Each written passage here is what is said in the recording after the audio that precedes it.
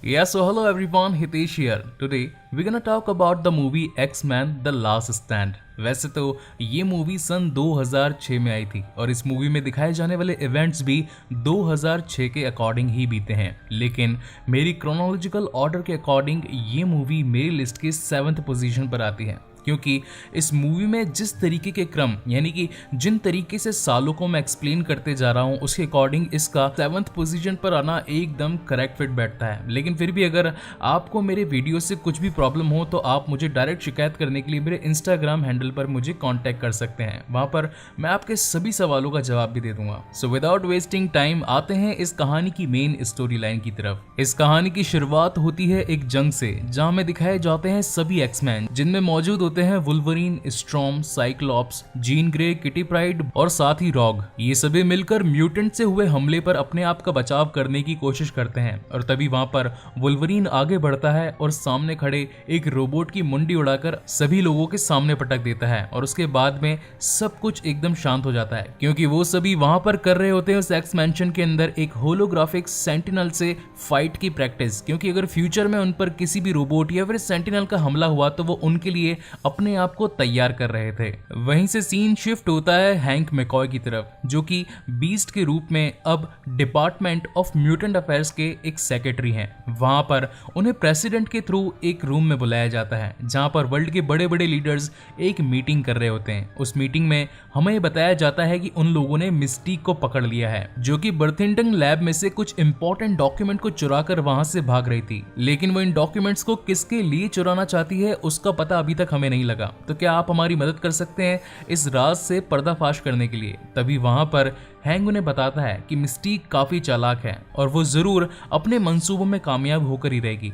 और दुनिया में ऐसी कोई जेल नहीं है जो मिस्टीक को पकड़ सके। आगे हमें दिखाई जाती है एक प्रेस कॉन्फ्रेंस, जिसके अंदर शामिल होते हैं सभी यूएस गवर्नमेंट के एम्प्लॉयज और वो वहां पर एक बहुत ही खास न्यूज आम जनता तक पहुंचाते हैं। वो बताते हैं कि हमने एक ऐसी दवा खोज ली है जो कि म्यूटेंट्स को फिर से इंसानों में बदल सकती है, क्योंकि कई सारे लोग चाहते हैं कि वो नॉर्मल इंसानों की तरह अपनी जिंदगी जिए, लेकिन उनके अंदर जो म्यूटेशन है जिसकी वजह से वो काफी सारे लोगों को और साथ ही खुद को भी नुकसान आए दिन पहुंचाते रहते हैं। तो हमने इसी बात का तोड़ निकाल लिया है और अब हम इस प्रक्रिया को एक बड़े लेवल पे शुरू करना चाहते हैं। तो आप में से जो भी अपने आप को म्यूटेंट से इंसान बनाना चाहे वो हम तक आ सकता है। सो डेफिनेटली हम उनकी मदद करेंगे इंसान बनने में। और यही न्यूज टीवी पर देख रही होती है रॉग, जो कि अब इंसानों को छूने से डरती है, क्योंकि वो बॉबी से काफी ज्यादा प्यार करती थी, लेकिन वो बॉबी के करीब नहीं आ सकती थी क्योंकि वो जानती थी कि अगर मैं उसके करीब आई तो उसकी जान को खतरा हो सकता है। तो फाइनली कहीं ना कहीं रॉक के मन में भी था कि उसे इंसान ही बनना है। आगे हमें दिखाया जाता है एक अंडरग्राउंड प्लेस, जहां पर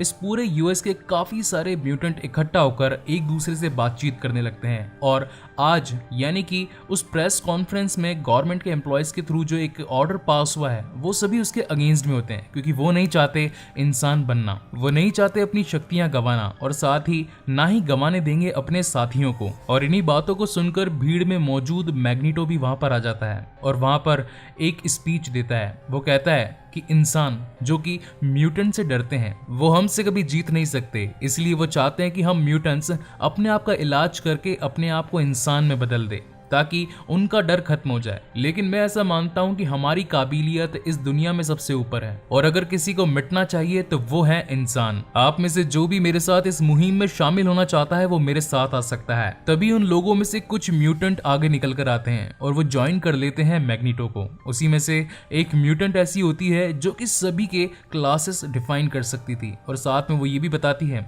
कि आप और आपके साथ में जो एक म्यूटेंट है जिसका नाम है जॉन, जो कि आग से हमले कर सकता है, आप ही यहाँ पर लेवल 3 के म्यूटेंट हैं। बाकी सब जितने भी म्यूटेंट्स हैं वो सब लेवल 1 या फिर लेवल 2 के हैं और मेरे पास में काबिलियत है कि मैं दूर दूर से किसी भी म्यूटेंट और साथ ही उसकी काबिलियत को भी पता लगा सकती हूँ। तब मैग्नीटो उससे कहता है कि क्या तुम किसी एक और शक्तिशाली म्यूटेंट को ढूंढ सकती हो जो हमसे भी ज्यादा ताकतवर हो? तब वो कहती है कि हाँ, मैंने एक लेवल 5 म्यूटेंट को ढूंढा है जो हमारी इस लड़ाई में हमारे काम आ सकती है। साइक्लॉप्स, जो कि जीन ग्रे से काफी ज्यादा प्यार करता था, वो नहीं चाहता था कि जीन ग्रे उसकी लाइफ से कहीं खो जाए, लेकिन जब लास्ट टाइम उसने उस पूरे स्पेसशिप को बचाया था उस पानी के बहाव से, तो वहां पर उसने अपना सेक्रीफाई कर दिया। तब साइक्लॉप्स सोचता है कि हो ना हो शायद जीन ग्रे मुझे वहीं पर मिले, और वो सीधा पहुंच जाता है अपने बाइक के थ्रू अल्काई लेक पे। वहां पहुंचकर साइक्लॉप्स हर कोने के अंदर जीन ग्रे को ढूंढने की कोशिश करता है, लेकिन जीन ग्रे उसे कहीं पर भी नहीं मिलती और गुस्से में आकर वो अपना चश्मा खोल देता है, जिसकी वजह से पानी पर साइक्लॉप्स की रेस पड़ती है और एक तरीके से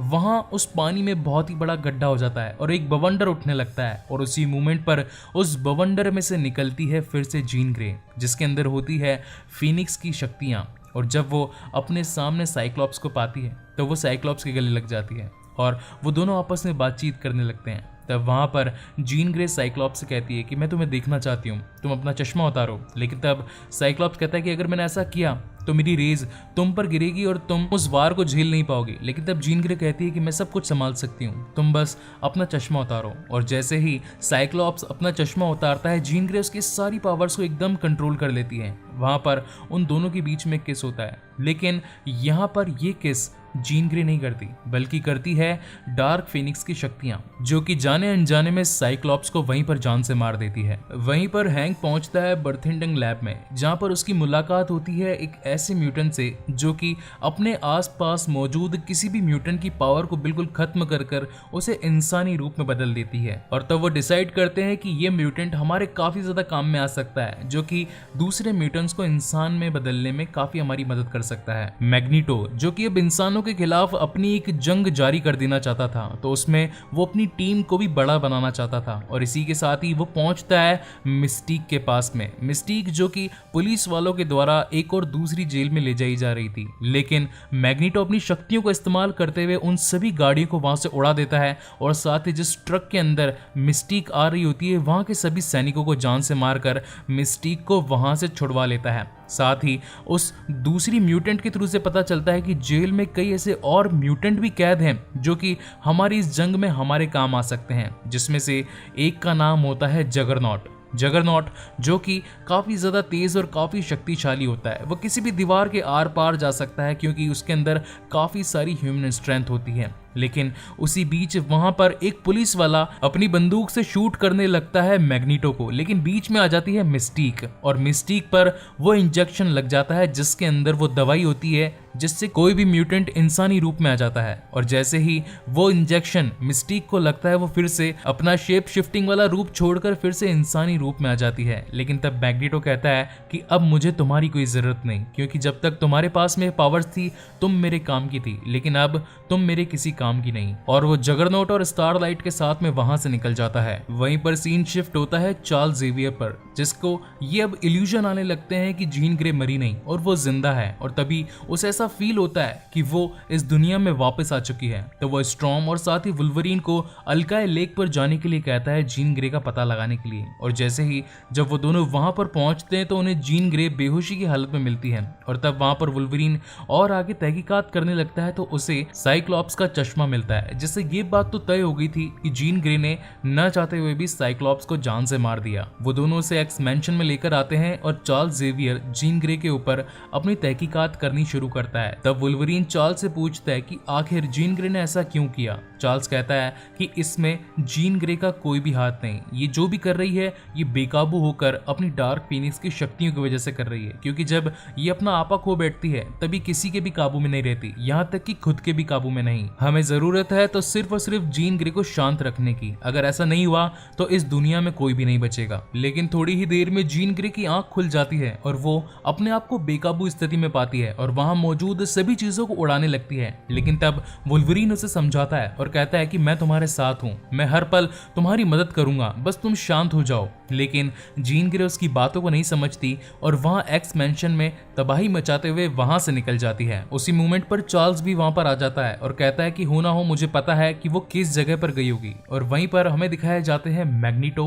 और चार्ल्स जेवियर, जो कि दोनों पहुंचते हैं जीन ग्रे के घर की तरफ। चार्ल्स जो कि जीन ग्रे के पास में आया था उसे फिर से समझाकर एक्स मैंशन में लाने के लिए, और मैग्नीटो जो कि आया था जीन ग्रे को अपनी तरफ मिलाने के लिए ताकि वो इंसानों का खात्मा कर सके। उन दोनों को अपने घर में पाकर जीन ग्रे और भी ज्यादा गुस्से में हो जाती है और जैसे ही वो गुस्सा होती है वो फिर से अपनी माइंड स्टेबिलिटी खो बैठती है और जैसे ही ऐसा सब कुछ होने लगता है सभी चीजें आसपास में फ्लोट करने लगती है। मैग्नीटो काफी कोशिश करता है जीन ग्रे को रोकने के लिए और साथ ही चार्ल्स भी अपने माइंड से कंट्रोल करने लगता है जीन ग्रे को, लेकिन जीन ग्रे की शक्तियां चार्ल्स से कई ज्यादा थी और न चाहते हुए भी वहां पर एक ब्लास्ट हो जाता है जिसके अंदर चार्ल्स मारे जाते हैं। ये इस मूवी का काफी इमोशनल सीन था। उसी मोमेंट पर मैग्नीटो जीन को अपने साथ में ले जाता है और अपनी टीम का एक नया लीडर बनाकर उन सभी के सामने पेश करता है और बताता है कि ये जीन है जो हमारी लड़ाई में हमारे साथ है। वहीं अगले सीन में हमें दिखाई जाती है चार्ल्स जेवियर को श्रद्धांजलि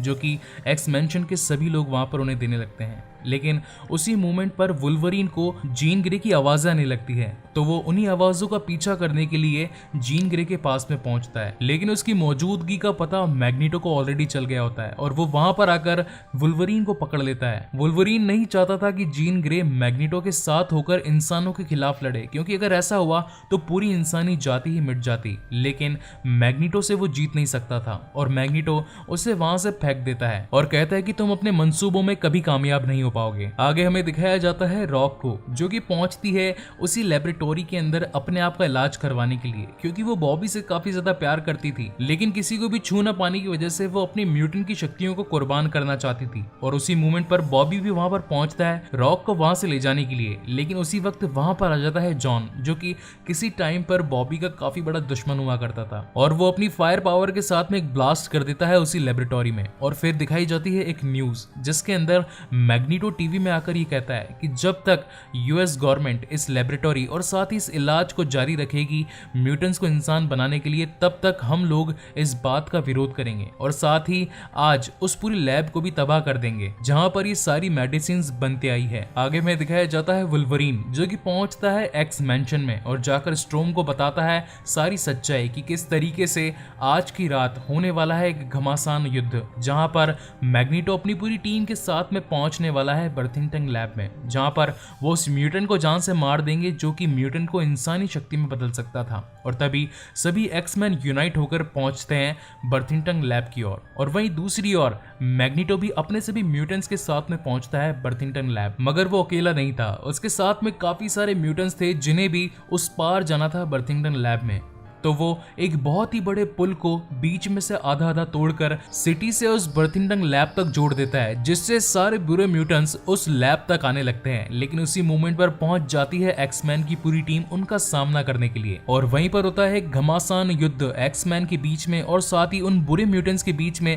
जो कि नहीं चाहते थे इंसानों को जिंदा रखना। जॉन अपनी फायर पावर के साथ में बड़ी बड़ी गाड़ियों को आग में लपेटकर उनकी ओर फेंकने लगता है। वहीं पर पहुंच जाता है बॉबी सब कुछ बर्फ बनाने के लिए और उनके हमलों को रोकने के लिए। स्ट्रॉम जिसके पास में बिजली कड़काने की शक्ति थी वो भी अपनी शक्तियों का यूज करते हुए उन बुरे म्यूटेंट्स को दूर रखती है लैब में उस बच्चे से, ताकि किटी प्राइड उस बच्चे को वहां से छुड़ाकर भाग सके। लेकिन उनके पीछे पड़ जाता है जगरनॉट जो कि उसे मारने के लिए वहां पर पहुंचा होता है। और इसी लड़ाई के बीच में वुल्वरीन आखिरकार मैग्नीटो को चकमा देकर बीस्ट के हाथों वही इंजेक्शन यानी कि जो मेडिसिन थी जो कि म्यूटेंट को इंसानों में बदल सकती थी वो मैग्नीटो के अंदर डलवा देता है, जिससे कि अब मैग्नीटो की पावर खत्म हो जाती है और वो एक नॉर्मल इंसान बन जाता है। अपने आसपास मौजूद इतनी तबाही को देखते हुए जीन ग्रे भी अपना आपा खो बैठती है और फाइनली वो अपनी डार्क फिनिक्स की पावर का यूज करने लगती है। तो वहां पर मौजूद सभी इंसान और साथ ही सारे के सारे म्यूटेंट्स उस जगह को छोड़कर वहां से निकलने लगते हैं और तब स्ट्रॉम भी वहां से जाने लगती है। लेकिन तब वुल्वरीन कहता है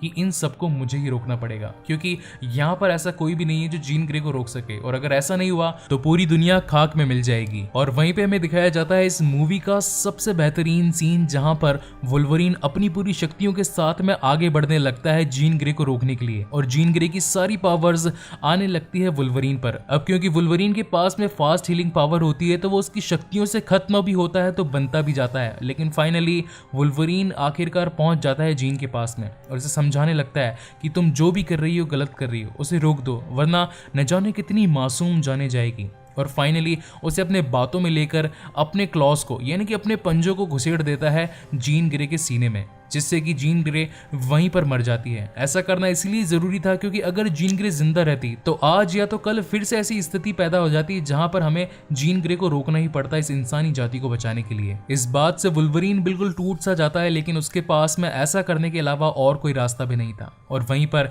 इस मूवी के एंड में हमें दिखाए जाते हैं 3 श्रद्धांजलियां जो कि दी जाती है चार्ल्स जेवियर, साइक्लॉप्स और जीन ग्रे को। और जैसा कि हर बार होता आया है, इस मूवी के अंदर एक लास्ट फाइनल चेस गेम जो कि होता था हर बार प्रोफेसर एक्स और मैग्नीटो के बीच में। तो अब चार्ल्स नहीं रहे, यानी कि प्रोफेसर एक्स नहीं थे, तो अब मैग्नीटो अकेला ही बैठकर चेस खेल रहा होता है। लेकिन तभी हमें पता चलता है कि वो आज भी अपनी शक्तियों का यूज कर सकता है। और इसी के साथ में ये मूवी यहीं पर खत्म होती है। इस मूवी के पोस्ट क्रेडिट सीन में हमें दिखाया जाता है एक हॉस्पिटल जहां पर एक नर्स एक इंसान को देखकर चौंक जाती है और वो बोलती है चार्ल्स। इसका मतलब ये है कि चार्ल्स अभी भी जिंदा है, जो कि हमें आगे आने वाले पार्ट्स में दिखाए जाएंगे। सो गाइज, आपको ये मूवी कैसी लगी? अगर आपको ये वीडियो अच्छा लगा तो प्लीज इसे लाइक करें और मेरे चैनल को सब्सक्राइब करें। इसी के साथ ही एक्समैन ट्रिलॉजी यहीं पर खत्म होती है और यहाँ से स्टार्ट होती है वुल्वरीन की ट्रिलॉजी, जहाँ मैं एक्सप्लेन करने वाला हूँ वुल्वरीन ओरिजिन, द वुल्वरीन और साथ ही लोगन। Thank you so much for watching this video. मिलते हैं अगले वीडियो में।